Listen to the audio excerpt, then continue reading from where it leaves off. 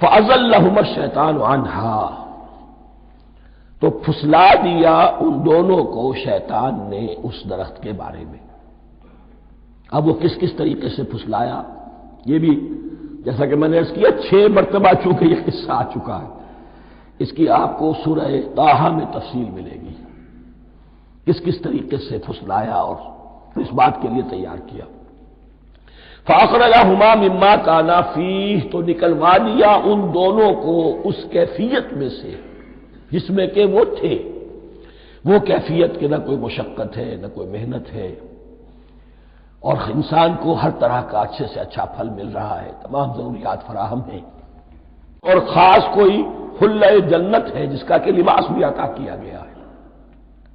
لیکن ان کیفیات سے اب نکال کر اب جسے آپ کہیں گے بٹر فیکٹس آف لائف، اچھا اب جاؤ، یہ ڈیمانسٹریشن کرنی تھی، ہو گئی۔ شیطان تمہارا دشمن ہے، تمہارا اور تمہاری نسل کا، شیطان لعین، اور وہ تمہیں پھسلائے گا جیسے آج پھسلایا ہے۔ تم آگاہ رہنا اس کی شرارتوں سے۔ ان الشیطان لکم عدو فاتخذوہ عدوا، یہ شیطان تمہارا دشمن ہے، اسے اپنا دشمن ہی سمجھو۔ لیکن یہ ہے کہ اگر کچھ لوگ اسے دوست بنا لیں، اس کے ایجنٹ بن جائیں، اس کے کارندے بن جائیں، یہ ان کا چوائس ہے جس کی سزا انہیں ملے گی۔ فَأَخْرَجَهُمَا مِمَّا كَانَا فِيهِ وَقُلْنَا اهْبِطُوا بَعْضُكُمْ لِبَعْضٍ عَدُوٌّ، اور ہم نے کہا اترو، تم سب ایک دوسرے کے دشمن ہوگے۔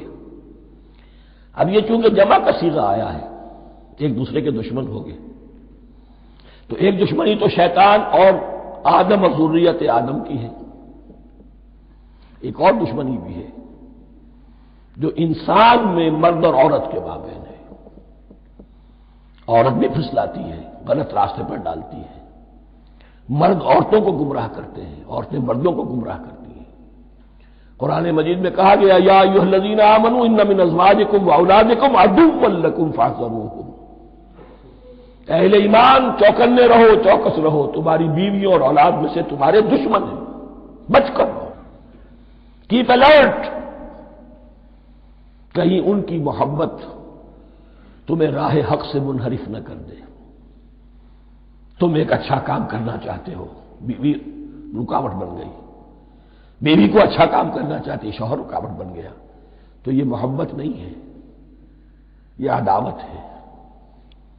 اس حوالے سے بعضکم لبعض عدو ولکم فی الارض مستقر ومتاع الی حین، اور تمہارے لیے اب زمین میں مستقر ہے، جائے قیام ہے، اور متاع ہے، ضرورت کی چیزیں ہیں ہم نے فراہم کر دی ہیں، الی حین، لیکن ایک وقت معین تک کے لیے، یہ ابدی نہیں ہے، ایک وقت آئے گا یہ بساط ہم لپیٹ دیں گے۔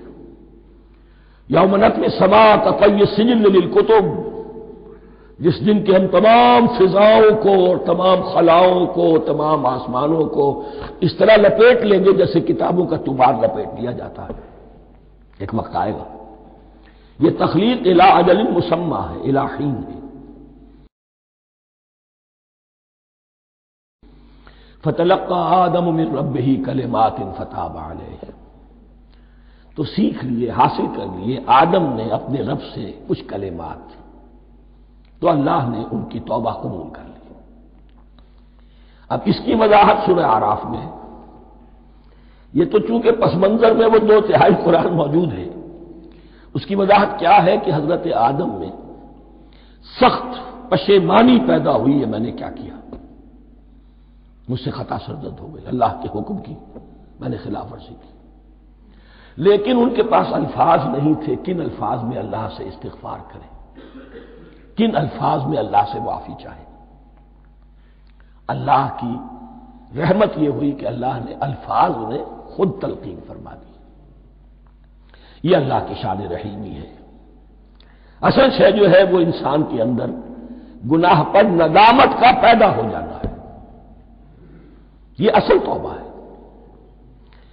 علامہ اقبال نے جو بڑی اپنی آغاز عنفوان شباب میں جو اشعار کہے تھے، ان میں سے ایک شعر کو سن کر پھڑک اٹھے تھے اس وقت کے اساتذہ بھی، موتی سمجھ کے شان کریمی نے چن لیے قطرے جو تھے میرے عرق انفعال کے، انفعال کہتے ہیں شرمندگی کو، شرمندگی سے میری پیشانی پر جو پسینے کے قطرے نمودار ہو گئے، میرے پروردگار کو وہ اتنے عزیز ہوئے، اس نے انہیں موتی کی طرف چن لیا، موتی سمجھ کے شان کریمی نے چن لیے قطرے جو تھے میرے عرق انفعال کے۔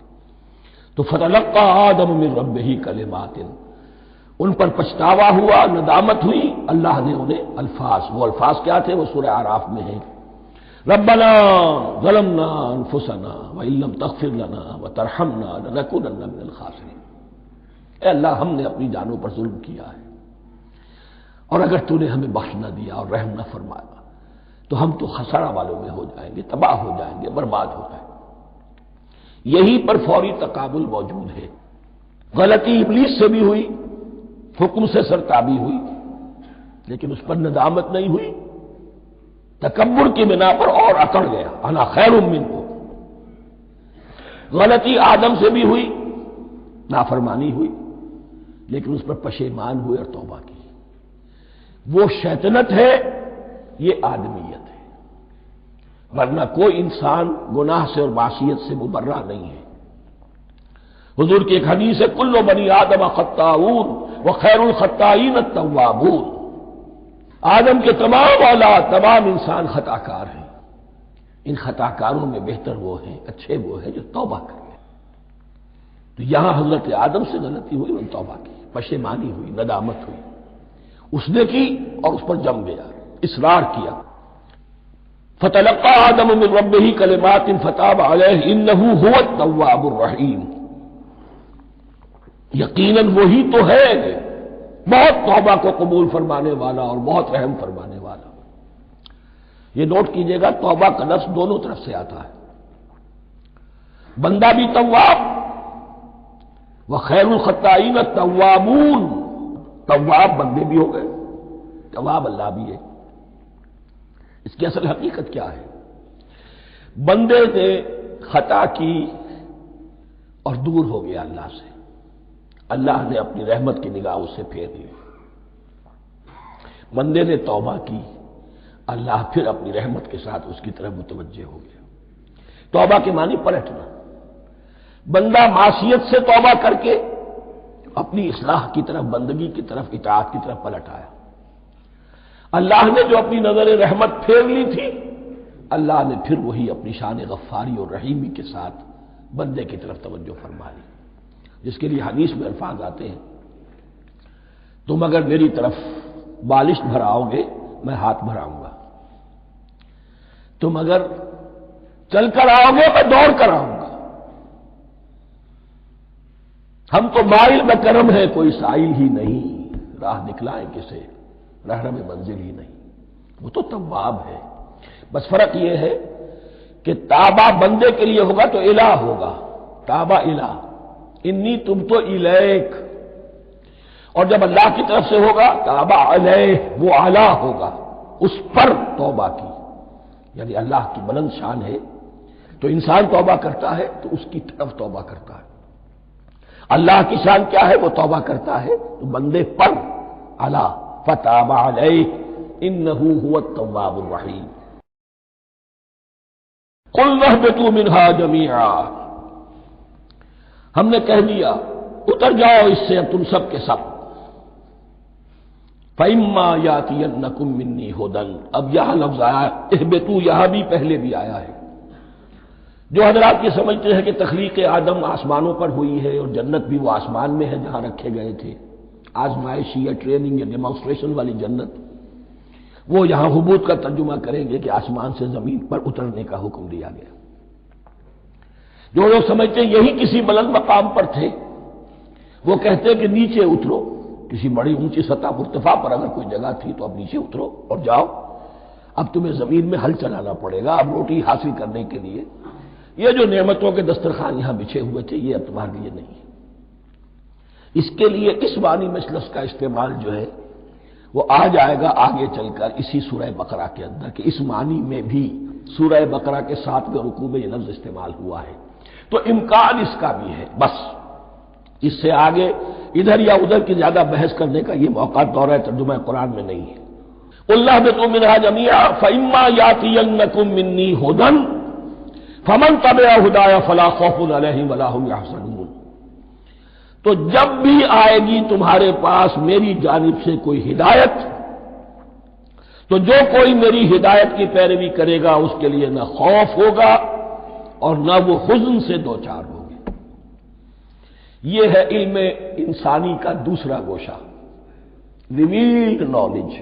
اس چوتھے رکوع کا جو حسن ہے اسے دیکھیے، شروع میں ایکوائرڈ نالج کا ذکر ہے جو پوٹینشلی حضرت آدم کی ذات میں رکھ دیا گیا، اور جو انسان نے پھر اپنی محنت سے ان السمع والبصر والفؤاد اس کے ذریعے سے آگے بڑھایا۔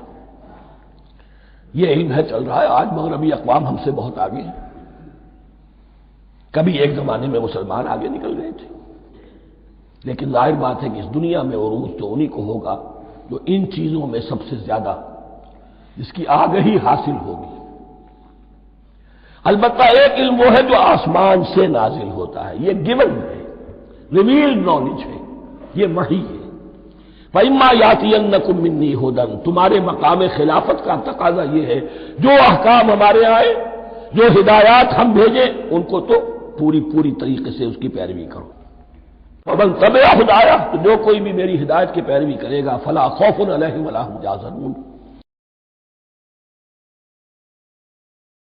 وَالَّذِينَ كَفَرُوا، اور جو ناشکری کریں گے، کفر کریں گے، انکار کریں گے، وَكَذَّبُوا بِآيَاتِنَا، اور ہماری آیات کو جھٹلائیں گے، فَأُولَٰئِكَ أَصْحَابُ النَّارِ هُمْ فِيهَا خَالِدُونَ، تو وہ جہنمی ہوں گے، آگ والے ہوں گے، اس میں ہمیشہ ہمیشہ رہیں گے۔ یہ ہے گویا کہ چارٹر، اس نوع انسانی کو جو ابدی چارٹر اللہ نے دیا ہے، جبکہ زمین کا چارج دے دیا گیا خلیفہ کی حیثیت سے۔ یہاں یہ 4 رکوع جو ہے سورہ بقرہ کے جو میں نے عرض کیا تھا، قرآن کی دعوت، قرآن کا بنیادی فلسفہ، اس پر یہ جام ہے، اور یہ مکی سورتوں کے مضامین کا خلاصہ۔ اب یہاں سے شروع ہو رہا ہے 5ویں رکوع سے مسلسل 10 رکوع، مسلسل خطاب ہے بنی اسرائیل سے۔ البتہ ان میں ایک تقسیم ہے، پہلے رکوع میں دعوت ہے۔ دعوت جب ہوتی ہے تو آمادہ کرنا، تشویق، ترغیب، دلجوئی، نرمی، یہ دعوت کے اجزاء لا ينفک ہیں، اس کے بغیر دعوت مؤثر نہیں ہوتی۔ لہذا ان 7 آیات میں یہ یوں سمجھیے کہ ان 10 رکوعوں کے لیے یہ بمنزلہ فاتحہ ہے، جیسے سورہ فاتحہ 7 آیتوں کی، ایسے ہی اس دعوت سابقہ امت مسلمہ کو دعوت دی جا رہی ہے۔ تو کس طرح دی جا رہی ہے؟ یہ کون تھے؟ یہ بھی مسلمان ہی تو تھے نا، کافر تو ہو گئے حضور کا انکار کر کے، ورنہ وہ موسیٰ کے ماننے والے، شریعت ان کے پاس، بڑے بڑے علماء ان میں، علم کا چرچا ان میں، سب کچھ تھا، ان کو دعوت دی جا رہی ہے۔ لیکن میں اس لیے آپ کو توجہ دلا رہا ہوں، آج اگر مسلمانوں میں جو غافل ہو گئے، اپنی حقیقت کو بھول گئے، اپنے فرض منصبی سے غافل ہو گئے، دنیا کے اور قوموں کی طرح کی ایک قوم بن کر رہ گئے، اگر کوئی ایک داعی گروہ کھڑا ہو، کوئی جماعت، کوئی فرد، اور اس سے جماعت بنے، تو ظاہر بات ہے سب سے پہلے اسے اسی امت کو دعوت دینی ہوگی، اس لیے کہ دنیا تو اسلام کو پہچانے گی اس امت کے حوالے سے۔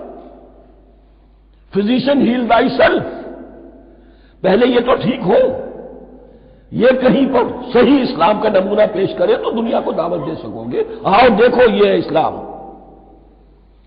اس لیے ان کو جو دعوت دینے کا اسلوب ہونا چاہیے وہ عکس ہوگا اس اسلوب کا جو ان 7 آیات میں ہمارے سامنے آ رہا ہے۔ یا بنی اسرائیل اذکروا نعمتی التی انعمت علیکم، اے بنی اسرائیل، اسرائیل کو سمجھ لیجئے یہ مرکب لفظ ہے، اسم، اسی سے اسیر بنا ہے، اسیر جو کسی کا قیدی ہوتا ہے، ایل عبرانی میں اللہ کے لیے ہے، اور اسرائیل کا ترجمہ ہے عبداللہ، اللہ کا غلام، اللہ کے ساتھ بندھا ہوا اس کی اطاعت کے قلاتے کے اندر۔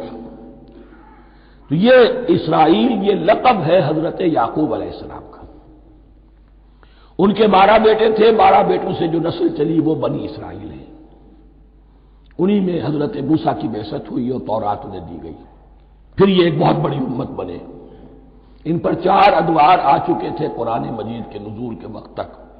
2 مرتبہ اللہ کی رحمت کی بارشیں ہوئیں، انہیں عروج نصیب ہوا. 2 مرتبہ ان کو دنیا پرستی، شہوت پرستی، اللہ کے احکام کو پس و پش ڈال دینے کی سزا میں عذاب کے کوڑے ان پر برسے. اس کا ذکر آئے گا سورہ بنی اسرائیل کے پہلے رکوع میں. اس وقت جبکہ قرآن نازل ہو رہا ہے، اس وقت وہ اپنے اس زوال کے دور میں تھے. حال یہ تھا کہ حضور صلی اللہ علیہ وسلم کی بعثت سے پہلے ہی 2nd ٹیمپل بھی شہید کیا جا چکا تھا، گرایا جا چکا تھا. حضرت سلیمان نے جو بنایا تھا ہیکل سلیمانی، جس کو یہ 1st ٹیمپل کہتے ہیں، اسے نیبوکدنیزر نے گرا دیا تھا حضرت مسیح سے بھی کئی سو سال پہلے. لیکن اس کے بعد پھر یہ رومنز نے سن 70 عیسوی میں حضور کی ولادت سے 500 برس پہلے ان کا یہ یروشلم تباہ و برباد ہوا، اس میں لوگوں کو قتل کیا گیا، قتل عام ہوا، اور 2nd ٹیمپل جو ہے وہ بھی گرا دیا گیا، جو اب تک گرا پڑا ہوا ہے. صرف ایک ویلنگ وال ہے جس کے پاس جا کر یہودی جو ہے ماتم کر دیتے ہیں، روتے ہیں. اور اب وہ بنانے پر تلے ہوئے ہیں اپنا 3rd ٹیمپل، اس کے نقشے بن چکے ہیں، بلو پرنٹ بن چکے ہیں. لیکن بہرحال جس وقت قرآن نازل ہو رہا تھا یہ بہت ہی پستی میں تھے. اس کے بارے میں فرمایا، اے بنی اسرائیل ذرا یاد کرو میرے اس انعام کو جو تم پر ہوا. وہ انعام کیا ہے؟ میں نے تمہیں اپنی کتاب دی، نبوت سے سرفراز فرمایا، اپنی شریعت تمہیں عطا فرمائی، تمہارے اندر داؤد اور سلیمان جیسے بادشاہ اٹھائے جو بادشاہ بھی تھے، نبی بھی تھے. وَأَوْفُوا بِعَهْدِي، اور میرے وعدے کو پورا کرو تاکہ میں بھی اپنے وعدے کو پورا کروں. یہ وعدہ ہے جو کتاب استثناء جو ہے اولڈ ٹیسٹمنٹ کی، ڈیوٹرونومی، اس کے 18ویں باب کی آیت نمبر 18-19 میں ہے. حضرت موسیٰ سے خطاب کر کے اس میں اللہ نے یہ الفاظ فرمائے، میں ان کے بھائیوں میں سے تیرے مانند ایک نبی برپا کروں گا اور اس کے منہ میں اپنا کلام ڈالوں گا، اور وہ وہی کچھ بتائے گا جو میں اس سے کہوں گا. یہ گویا کہ حضرت موسیٰ علیہ السلام کی امت کو بتایا جا رہا تھا کہ نبی آخر الزمان آئیں گے اور تمہیں انہیں قبول کرنا ہے. قرآن مجید میں اس کا بڑا تفصیلی ذکر سورہ اعراف میں آئے گا انشاءاللہ. لیکن یہاں فرمایا اوفوا بعہدی اوف بعہدکم، تم میرا عہد پورا کرو، میرے اس نبی کو تسلیم کرو، اس پر ایمان لاؤ، اس پر کی صدا پر لبیک کہو، تو میں تمہیں میرے انعام و اکرام اور بڑھتے چلے جائیں گے. وَإِيَّایَ فَارْہَبُونْ، اور صرف مجھ سے ڈرو.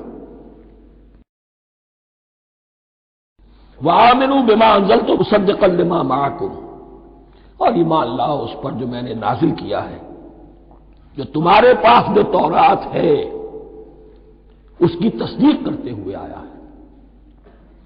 اس کے 2 معنی ہے، ایک تو قرآن تصدیق کرتا ہے تورات کی اور انجیل کی، فیہا ھدی ونور، فیہ ھدی ونور، اور دوسرے یہ کہ قرآن اور محمد صلی اللہ علیہ وسلم ان پیشین گوئیوں کے مصداق بن کر آئے ہیں جو تورات میں تھی، ورنہ وہ پیشین گوئیاں جھوٹی ثابت ہوتی. ان کے مصداق کون ہے؟ قرآن اور محمد صلی اللہ علیہ وسلم. یہ دونوں معنی اس کے ہیں. وَآمِنُوا بِمَا أَنزَلْتُ مُصَدِّقًا لِمَا مَعَكُمْ وَلَا تَكُونُوا أَوَّلَ كَافِرٍ بِهِ، اور دیکھو تم ہی سب سے پہلے ان کا کفر کرنے والے نہ بن جاؤ. تمہیں تو سب کچھ معلوم تھا، تم تو منتظر تھے، تم تو آخری نبی کے انتظار میں تھے اور ان کے حوالے سے دعائیں کیا کرتے تھے کہ اللہ اس نبی آخری زمان کے واسطے سے ہماری مدد فرما اور کافروں کے مقابلے میں ہمیں فتح عطا فرما. یہ آئے گا آگے چل کر اسی سورۃ بقرہ کے اندر. لیکن اب تم ہی سب سے بڑھ کر کافر ہو گئے، تم ہی سب سے بڑھ کر دشمن ہو گئے. وَلَا تَكُونُوا أَوَّلَ كَافِرٍ بِهِ وَلَا تَشْتَرُوا بِآيَاتِي ثَمَنًا قَلِيلًا، اور دیکھو میری ان آیات کے عوض حقیر سی قیمت قبول نہ کرو. یہ آیات الہیہ ہیں، ان کو رد کر رہے ہو، کس لیے؟ ہماری مسندیں، ہماری حیثیت، ہماری چودراہٹیں، کہیں ان پر کوئی آنچ نہ آ جائے. حقیر سی چیزیں، یہ صرف اس دنیا کا سامان ہے، اس کے سوا کچھ نہیں. ولا تشتروا بآیاتی ثمنا قلیلا وإیایا فاتقون، اور صرف میرا تقوی اختیار کرو۔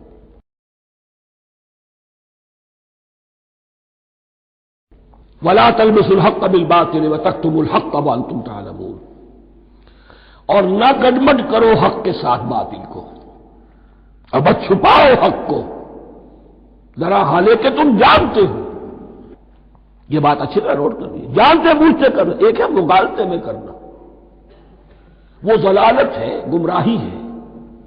ایک جان بوجھ کر کرنا، حق کو پہچان کر اسے رد کرنا، یہ پھر اللہ تعالیٰ کے غضب کو دعوت دینا ہے، ریت آف اللہ، اس کے غضب کو دعوت دینا ہے کہ حق کو پہچان کر اس کی نفی کی جائے۔ وانتم تعلمون، علماء یہود قرآن مجید میں آگے چل کر آئے گا، ایسے پہچانتے تھے محمد کو اور قرآن کو جیسے اپنے بیٹوں کو، یعرفونہ کما یعرفون ابناہم، ایسے پہچانتے جیسے اپنے بیٹوں کو۔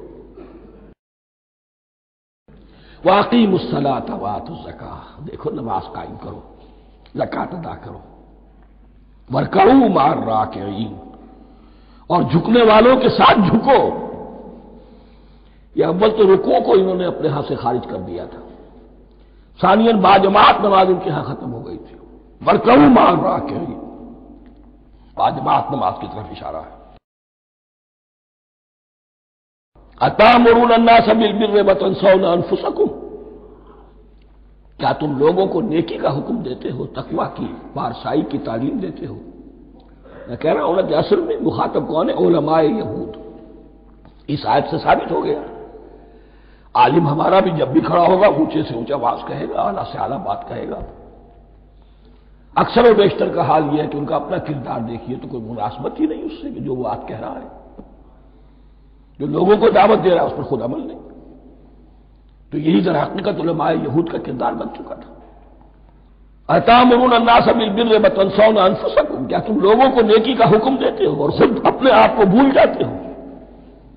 وَأَنْتُمْ تَتْلُونَ الْكِتَابَ، اور یہ سب کچھ تم کر رہے ہو اس حال میں کہ کتاب پڑھتے بھی ہو، تورات پڑھتے ہو، صاحب تورات ہو۔ ہمارے بھی بہت سے علماء کا، علماء سو جنہیں ہم کہتے ہیں، حال یہ ہو چکا ہے، خود بدلتے نہیں قرآن کو بدل دیتے ہیں، ہوئے کس درجہ فقیہان حرم بے توفیق۔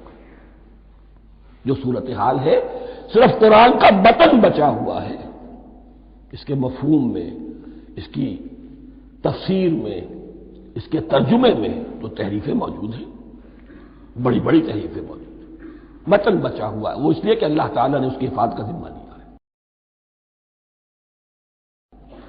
وَاسْتَعِینُوا بِالصَّبْرِ وَالصَّلَاةِ، اور مدد حاصل کرو دو چیزوں سے، صبر اور نماز۔ یہ صبر کا لفظ یہاں پر بہت قیمتی ہے، بہت بامانی ہے۔ علماء سو کیوں وجود میں آتے ہیں؟ جب وہ دنیا کے کتے بن جائیں گے تو دین کو بدنام کرنے والے ہوں گے۔ بظاہر دینی مناسب ہیں لیکن اصل میں ان کے پردے میں دنیا داری کی جا رہی ہے، صبر نہیں۔ بس صبر کے ساتھ اور نماز کے ساتھ، اس لیے کہ آپ صحیح راستے پر آئیں گے۔ اگر کوئی عالم دین لوگوں پر تنقید کرے گا، لولا ینہاہم الربانیون والاحبار، کیوں نہیں روکتے ان کے علماء اور ان کے اولیاء اور صوفیاء ان کو حرام کھانے سے اور جھوٹ بولنے سے؟ اگر کوئی شخص روکے گا اس کو پھر نذرانے تو نہیں ملیں گی، اس کی خدمتیں تو نہیں ہوگی۔ اگر تو دنیا میں صبر اختیار کرنا ہے تب تو آپ حق بات کہہ سکتے ہیں، اور اگر دنیاوی ایمبیشنز ہیں تو پھر آپ کو کہیں نہ کہیں کمپرومائز کرنا پڑے گا۔ وَاسْتَعِینُوا بِالصَّبْرِ وَالصَّلَاةِ، صبر اور نماز۔ وَإِنَّهَا لَكَبِیرَةٌ، اور یقیناً یہ بہت بھاری شے ہے، بہت بھاری شے ہے۔ عام طور پر خیال یہ ہے کہ انہا کی ضمیر صرف صلاۃ کی طرف جاتی ہے، نماز بہت بھاری ہے۔ ایک رائے یہ ہے کہ نہیں، یہ پورے طرز عمل کی طرف جا رہی ہے، یہ طرز عمل کہ خود صبر کرو، اس دنیا میں صبر کرو، دنیا اور دنیا کے متعلقات میں کم سے کم پر قانع ہو جاؤ، اور حق کا بول بالا کرنے کے لیے میدان میں آ جاؤ، یہ طرز عمل۔ اور اس میں پھر نماز، الصلاۃ و عماد الدین۔ وَإِنَّهَا لَكَبِیرَةٌ إِلَّا عَلَى الْخَاشِعِینَ، یہ یقیناً بہت بھاری چیز ہے، یہ روش، یہ رویہ بھی بہت بھاری اور نماز بھی بہت بھاری ہے۔ سوائے ان خشوع رکھنے والوں کے، ڈرنے والوں کے، جن کے دل جھک گئے ہیں اللہ کے سامنے۔